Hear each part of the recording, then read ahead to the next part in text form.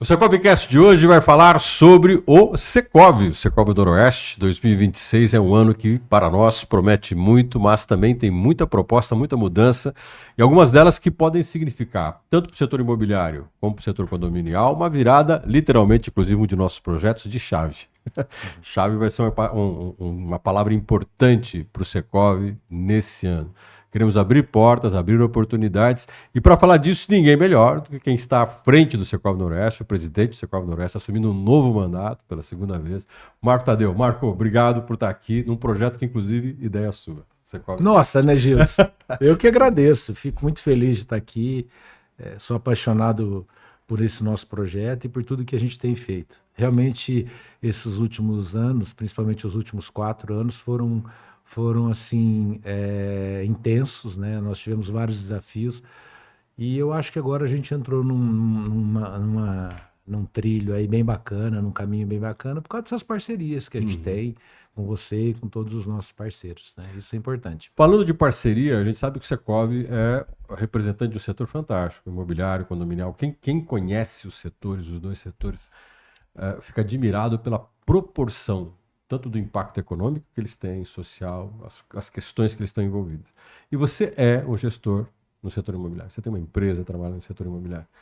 Qual é o grande momento que o setor passa e qual que é o grande papel que o Secov tem nesse instante que a gente está tendo agora, inclusive com a reforma tributária, que vai ser um tema nosso, né, agora nessa primeiro momento do Secov.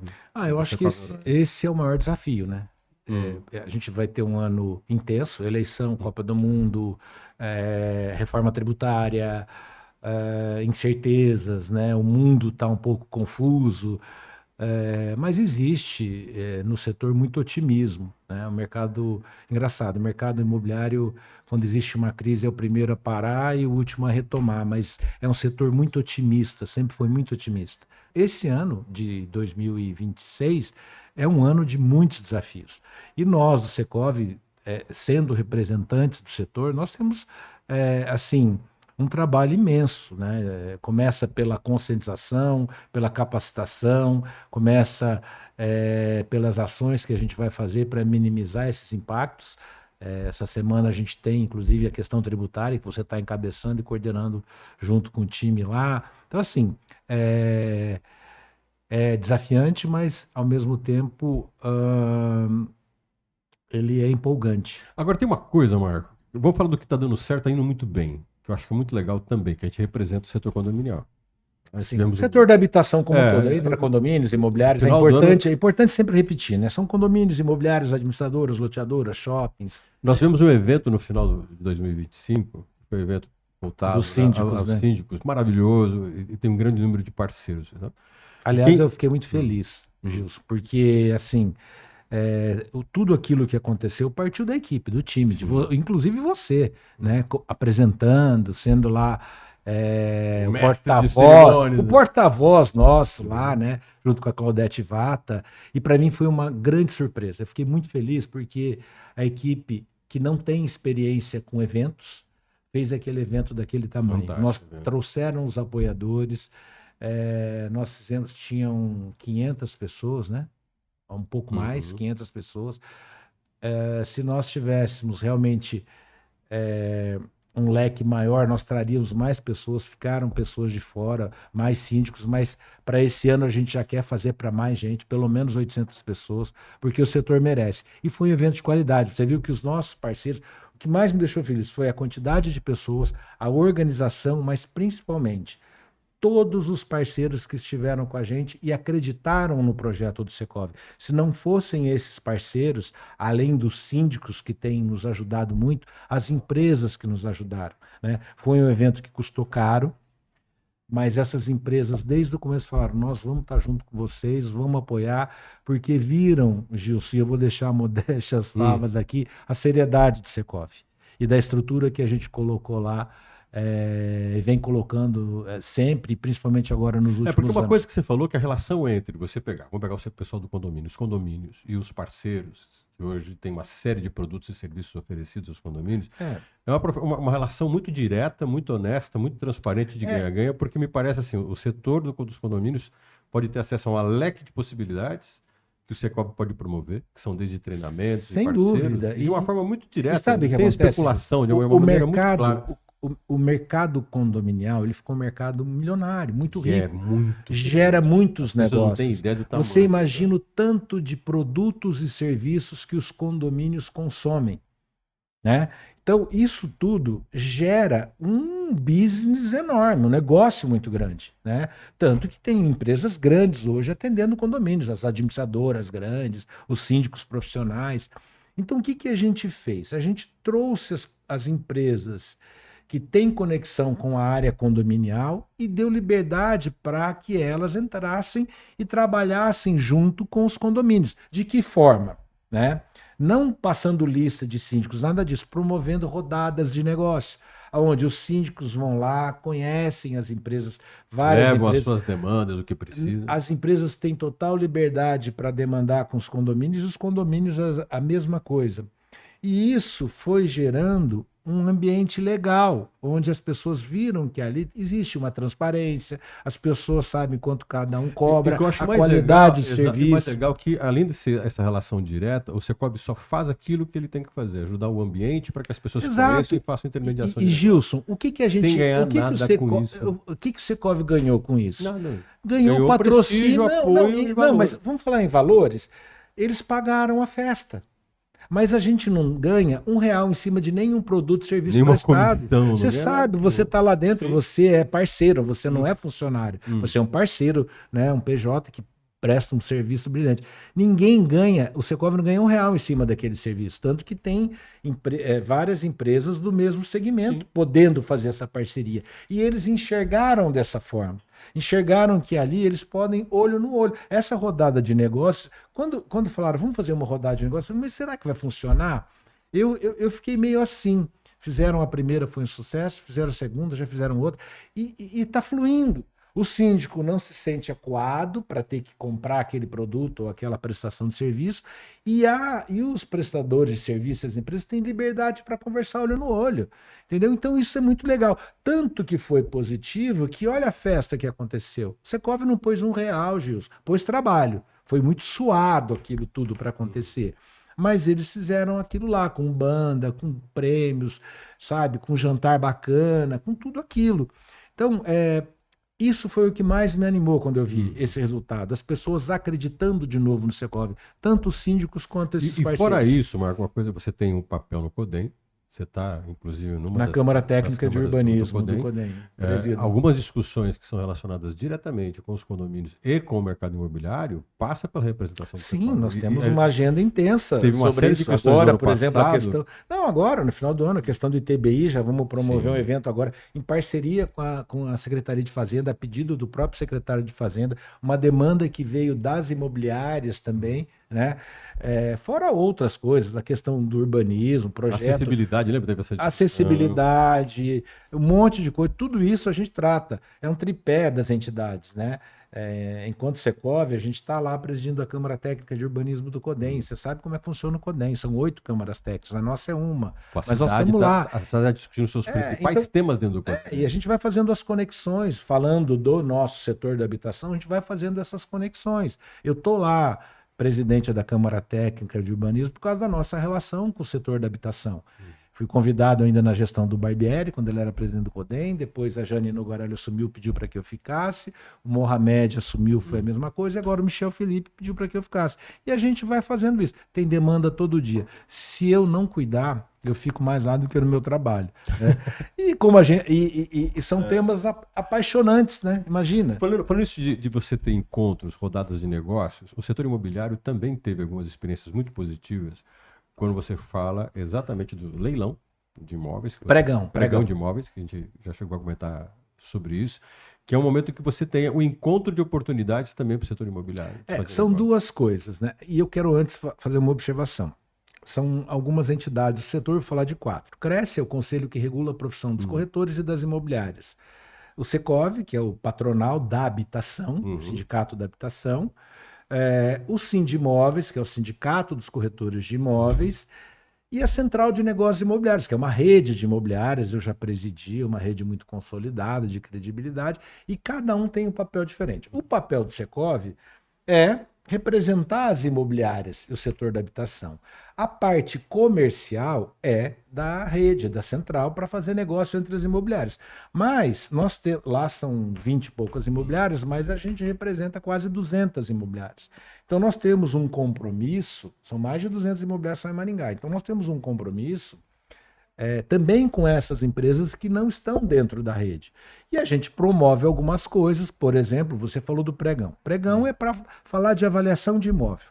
Né? Isso é muito bom, principalmente para o corretor. Explica um pouquinho, legal, eu acho que é importante a dinâmica. O que é nesse pregão, quando você fala de avaliação de imóveis, que a gente conversou já, né, informalmente. É legal. E é bacana porque o Marcos explicou uma coisa muito interessante. Eu vou usar o exemplo, você parte dele e desenvolva o teu raciocínio. Okay. As pessoas querem vender um imóvel, colocam um valor no imóvel. Claro que na hora que você estabelece um valor no imóvel, tem entre o que você quer e tem aquilo que o mercado compreende. E nem sempre é muito fácil você chegar nesse valor. A gente tem muitos anos aí de mercado e quanto mais passa o tempo, mais a gente vê que não sabe nada. E a avaliação de imóvel é mais complicado. Você imagina para os novos profissionais e também para os antigos. É muito difícil você avaliar o imóvel. Tem a questão sentimental, tem a localização, tem o acabamento, tem um monte de coisa. Então, o que vai acontecer no futuro do bairro onde você vai comprar? Tudo, o zoneamento, tudo. Então, as pessoas, o que a gente faz? Então, as imobiliárias, cada uma leva um imóvel, esse imóvel é apresentado lá e a gente abre uma discussão de quanto vale esse imóvel. Não aparece valor desse imóvel, por quanto a imobiliária pegou para vender. Então, para vender e para alugar. Aparece o imóvel, as características dele. Aparece o imóvel e as características. Tem pregão de venda e pregão de locação. E todo mundo começa a discutir. Vale 300, vale 400, vale 500, vale 1 milhão. E a gente chega num consenso. Gente, então todos concordam. Vamos lá, chegamos a opção de 500 mil. 500 mil. Fulano, por quanto você pegou esse imóvel? Aí ele abre lá, tá 600 mil. Mas veja bem, essa casa no outro bairro e tal. Tudo é discutido. Às vezes o cara pega uma casa que se fosse no bairro do lado, ela valeria muito mais. Fez o investimento no lugar errado. Às vezes tem o valor sentimental, às vezes o cara acha que vale mais ou vale menos. Para que serve isso? Primeiro... Uma vez lá há muitos anos, eu comprei uma casa numa quadra, por causa da quadra que eu comprei, que era uma rua abaixo, o imóvel perdia valor. Achava que não. É incrível isso. Tem bairros que viraram bairros novos, mas você vê 2 quadras, já está no bairro mais popular. Então fala, eu achei legal o que você estava falando. De repente o imóvel primo aparece e o valor não era aquilo que aí, por que é bom isso? Primeiro, para você ir melhorando na sua avaliação, no seu critério de avaliação.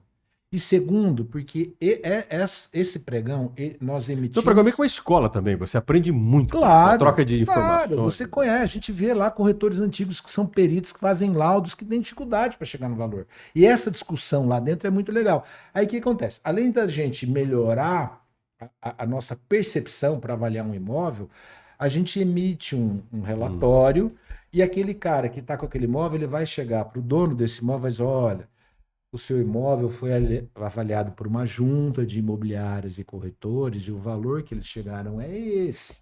Então ele também tem esse documento para um argumento, para falar, olha, vamos baixar, tá fora do preço de mercado e tal. Então isso é o pregão imobiliário.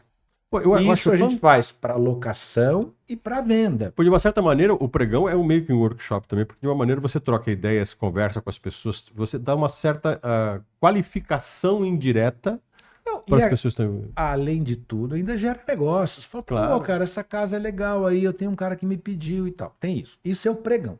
A rodada de negócios, né? Rodada de negócios já é outro. É outro. É negócios. Aí o cara chega e fala assim, gente... Mesmo grupo, as imobiliárias, os corretores, né? O cara fala, olha, eu tô com um comprador que precisa do imóvel com essas características, tô com dificuldade de achar. Alguém tem? Aí você vai montando e fazendo essa rodada.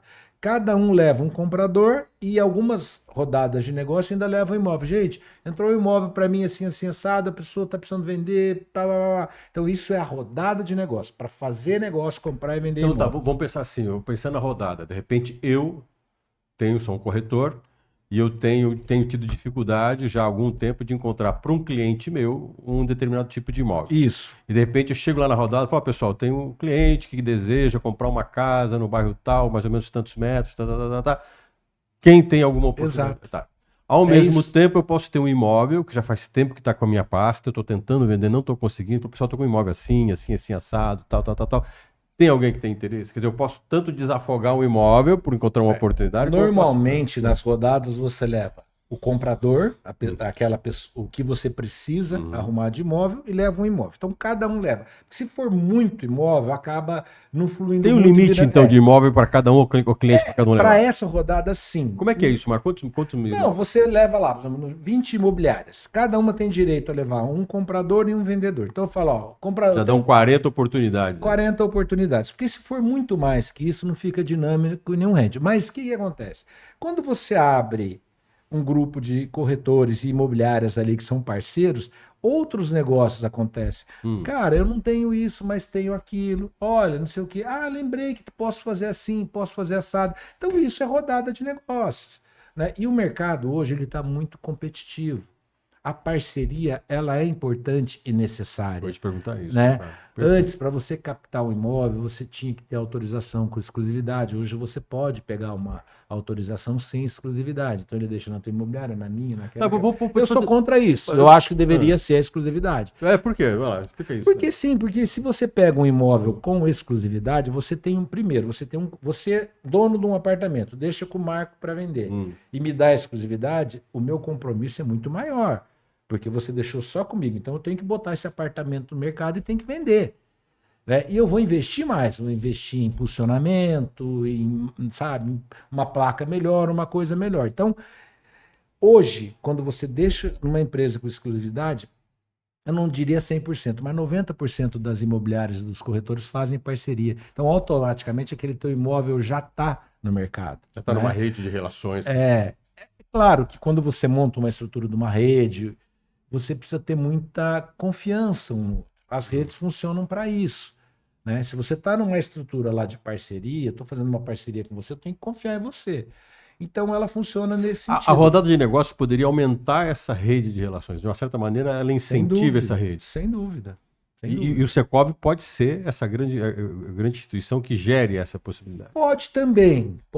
Não é essa a finalidade, mas ela pode também. A gente tá, eu não sei se, acho que você vai falar, a gente tem o portal Chave Fácil. Sim, é isso que eu queria depois conversar com você, porque existe no Chave Fácil muito mais do que um portal. Né? Até eu vejo o Chave Fácil não como uma ferramenta. O Chave Fácil é um portal nosso, que agora tem um CRM muito bacana, com um nome muito fácil. Que é Chave Fácil. Sem trocadilho, que ele conecta com o mercado imobiliário, né? A palavra-chave.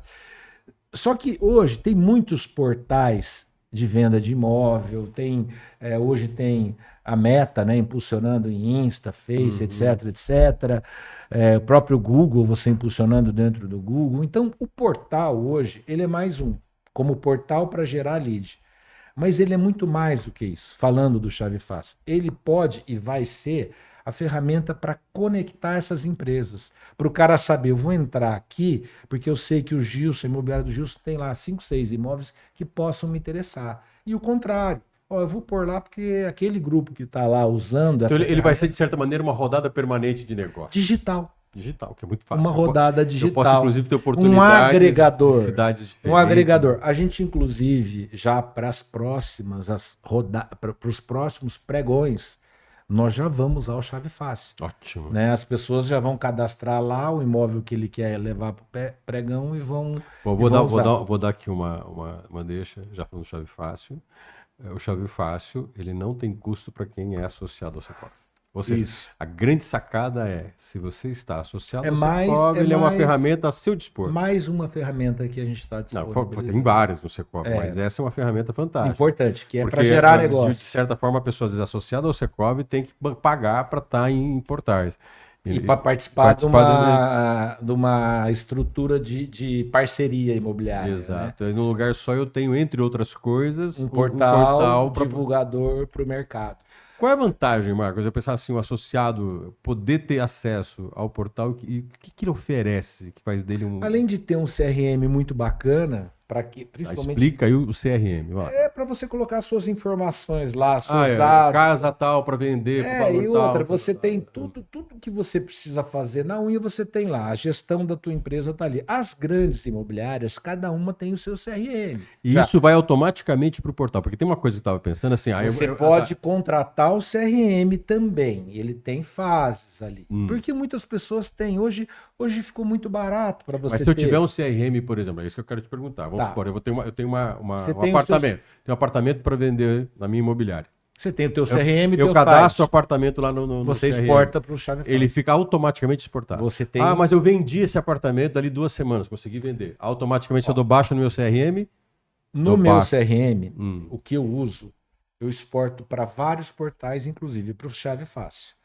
Toda vez que eu cadastro um imóvel lá da minha imobiliária, ele vai para o meu site e exporta para todos esses portais. Automaticamente. No Chave Fácil é a mesma coisa. Mesma coisa. Quando eu tiro do meu CRM, do meu site, ele atualiza todo dia, uma vez por dia. Ele sai, ele passa a atualização do que eu tenho e já sai de todos esses portais. O Chave Fácil é a mesma coisa. Como você atualiza todo dia, o Chave Fácil vai estar atualizando só aquilo que você tem no teu estoque. Se eu entrar no Chave Fácil, eu tenho em tempo, vamos dizer que real, pensando num dia. É um dia, porque ele tá para ser atualiza vendido todo ou dia. não. Exatamente. Vendido e alugado. Entendi. Né? Vendido e alugado. O que é uma baita oportunidade. Porque, Sem de dúvida. certa maneira, você tem tua empresa sempre atualizada e se eu quero procurar alguma coisa no Chave Fácil, eu sei que ele está sendo oferecido.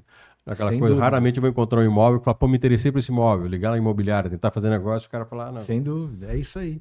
É uma ferramenta para agregar negócios,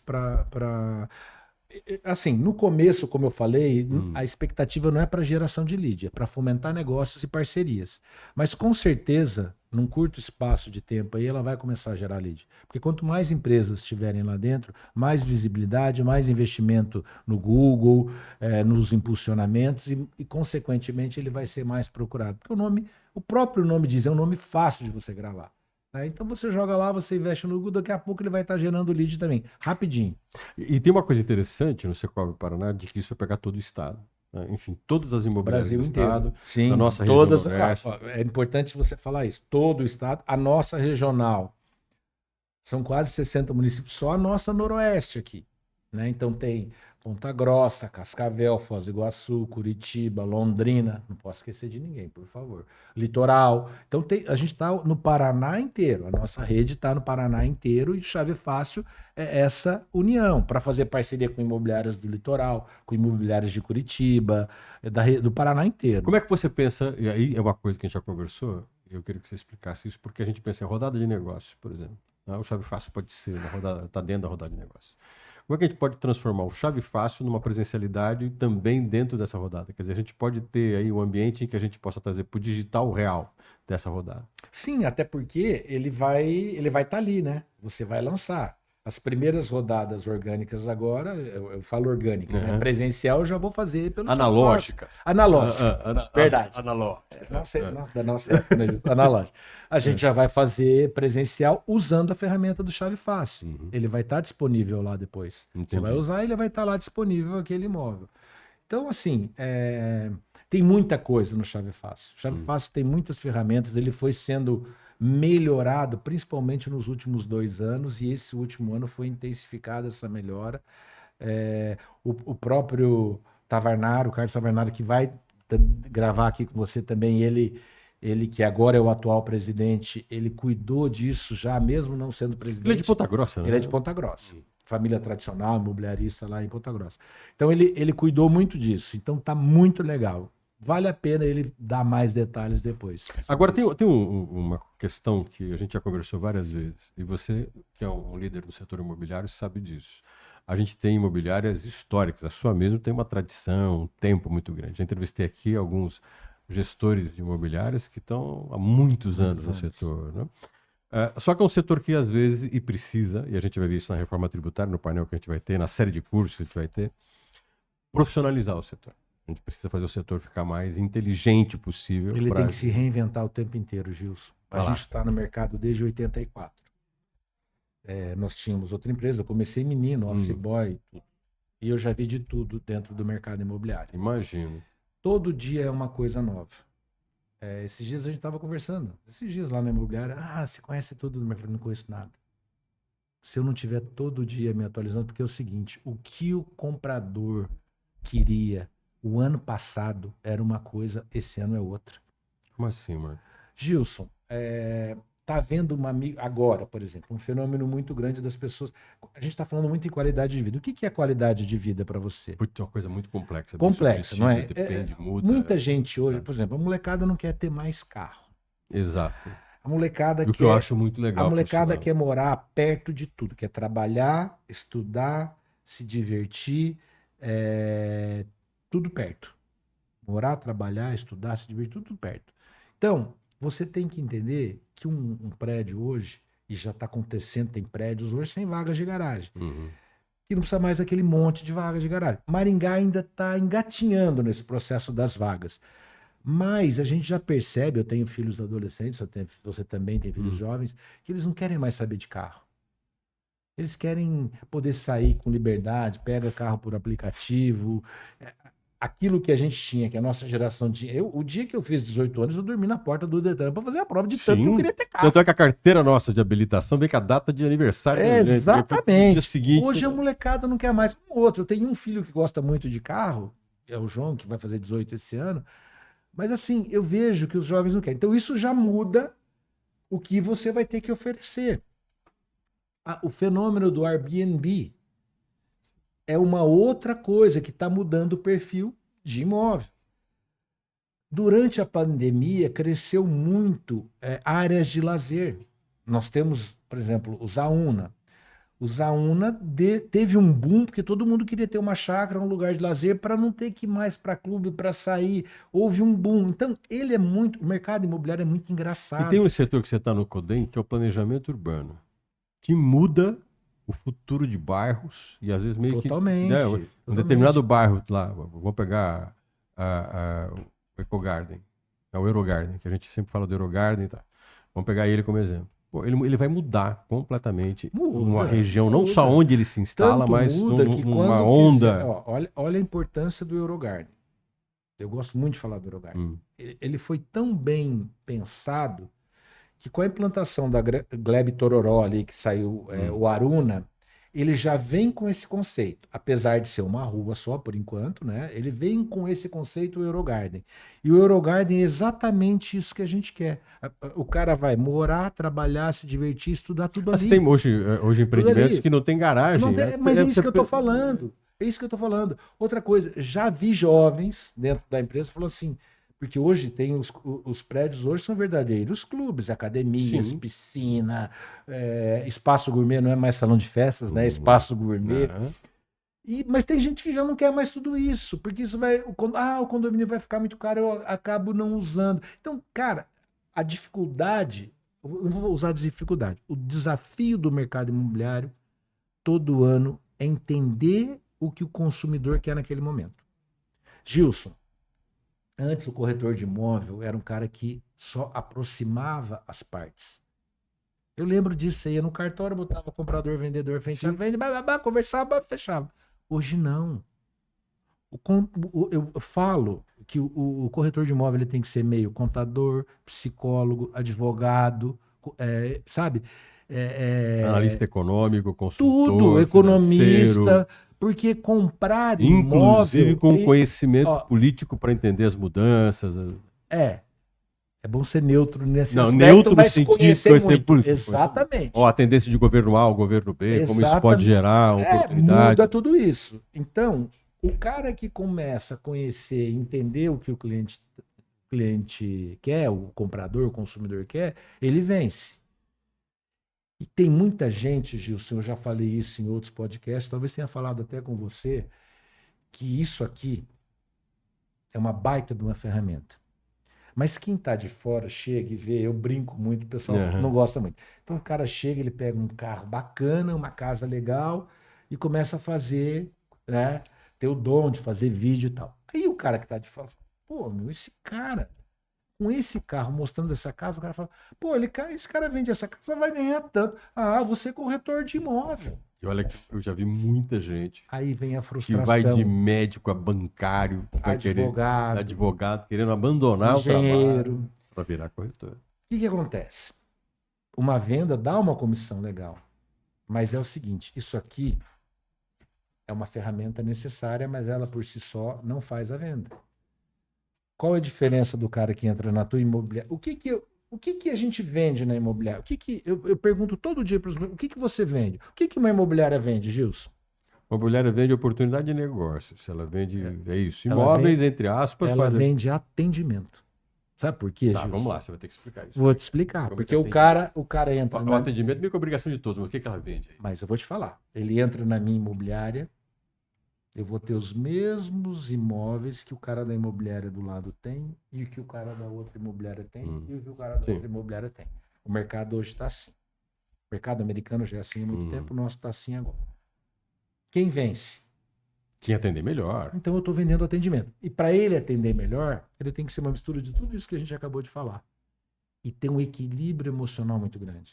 Porque às vezes o cara é uma pessoa mais simples, você não pode começar a falar para ele de aquelas expressões em inglês que eu não gosto nem de falar. Você tem que entender a percepção do cara. Ou seja, como diz na Bíblia, fala a língua dos homens é a língua dos anjos. Você tem que. Ô Gilson, você tem que saber. Eu estou falando do mercado imobiliário, mas para os outros mercados é a mesma coisa, né? Só que a diferença é o seguinte: você vai comprar um carro, você chega lá no carro, sai com o carro. O imóvel é diferente. Você vai comprar um celular, você entra na loja, vai, compra e leva o teu celular e vai embora. Sabe, uma roupa, uma calça, um sapato. Comprar imóvel é um negócio muito sério. Mexe com emoção, com segurança. Ué, às vezes é o momento, a decisão, a maior compra da vida da pessoa. É investimento, cara. Sim, e que investimento. E o brasileiro, ele é muito de comprar o imóvel. O cara faz investimento, você pode ver todo mundo que fala de investimento. O cara fala aplicação na bolsa, isso, ação, aquilo, fundo, não sei o quê, mas no final o cara sempre tem imóvel como segurança. Ele não tem a liquidez, de repente que o cara precisa fazer o dinheiro rápido, mas ele, se você pegar, faz uma puxada de 4 anos, você comprou um imóvel bem comprado. 4 anos, você tem um patrimônio maior do que se você tivesse colocado em qualquer aplicação financeira. Você tem que comprar bem. Isso não é discurso de quem está no mercado desde 84.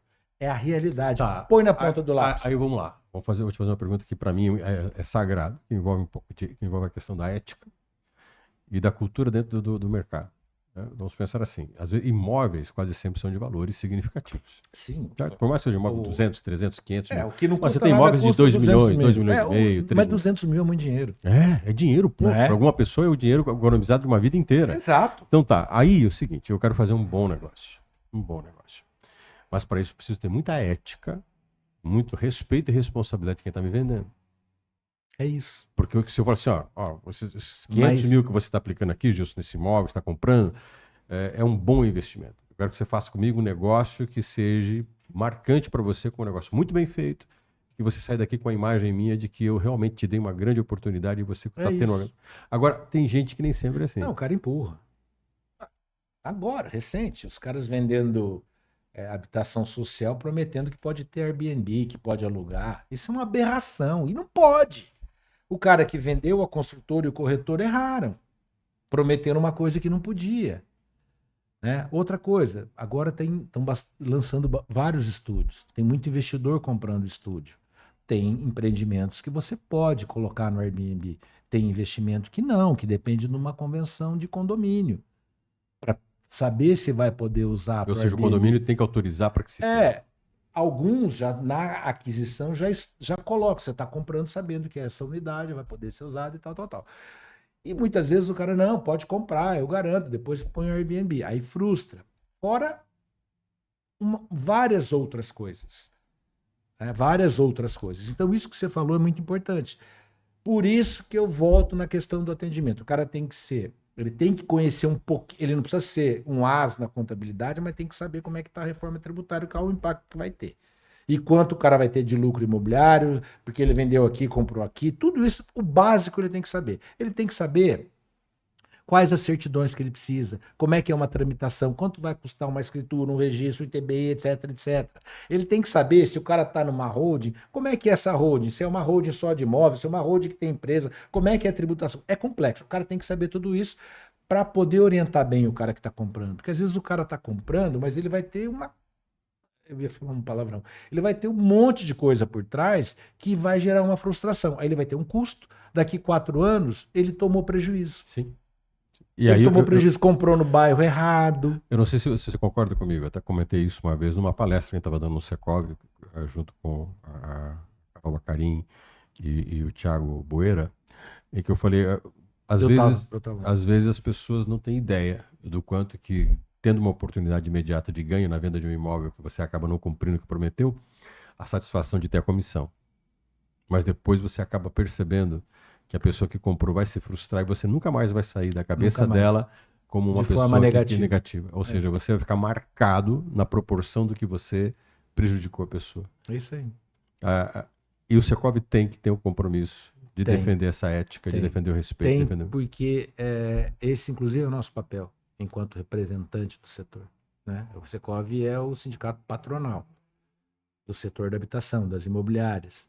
Mas no combo estão os corretores. Né? Que são hoje os principais agentes das imobiliárias. São que movimentam as imobiliárias.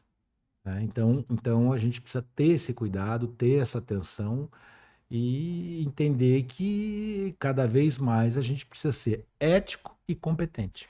Para fechar, nós estouramos o tempo, mas vamos lá. Você como gestor de imobiliário, agora não estou falando mais como presidente do Secov, representante do Secov, né? um homem que está à frente de imobiliários. E claro, uma vez eu estava conversando com você há muitos anos atrás, num evento que aconteceu no Teatro Marista, em que a gente estava discutindo sobre empresas, negócios, e você falou assim, Gilson, por mais que a gente aposte muito na qualidade humana, na melhora, claro que toda empresa precisa de resultado. Como conciliar ética e resultado no setor imobiliário? Como o Secov ser uma instituição que representa o setor patronal, quer que o setor seja cada vez melhor, mas também quer que o setor tenha respeito. O setor também precisa se consolidar como um setor seguro, um setor que gere confiança. Gilson, mostrar para o profissional do mercado imobiliário que se ele quer se perpetuar no mercado e quer realmente ser, porque tem muitos que entram, eu estou ferrado, vou ser corretor. Esse vai se ferrar. Se o cara quer mesmo ter uma carreira e ela é promissora, ele vai ter que entender isso. Que apesar de estar sempre procurando a comissão, todo vendedor, seja de imóvel, de qualquer coisa, ele todo mês ele tem que buscar o salário dele. Ele vive de comissão, não só o corretor de imóvel. E o de imóvel mais ainda porque vender imóvel não é igual vender um carro. Então ele tem que entender que se ele fizer um negócio errado e prometer aquilo que ele não pode, ele está fora do mercado. Porque por mais que hoje a gente esteja numa cidade relativamente grande, né? Se a gente pegar as cidades conurbadas, passa de 500 mil habitantes. Todo mundo se conhece, o mercado é pequeno. Curitiba é assim também, né? E esse é o desafio. Isso a gente precisa mostrar.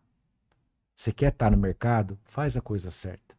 Porque se você fizer uma coisa errada, esquece. Vai ter um carimbo na tua testa, ninguém mais vai comprar com você. E ninguém mais vai acreditar em você, né? E tem uma outra coisa. Às vezes, o corretor, não por maldade, ele é questionado por alguma coisa que ele não sabe e responde alguma coisa assim, a taxa ou não sei o quê, isso é assim. E ele não tem certeza. O que eu recomendo? Falo? O que eu falo para os meus corretores? Se você não sabe dar a resposta, fala, dá um tempinho que eu vou buscar a resposta. Eu vou te dizer como é que realmente é isso. Porque se ele vai lá, vai mostrar um apartamento e fala, olha, aqui tem um cabeamento de lógica. Estou falando uma coisa absurda aqui. Depois o cara compra e não tem.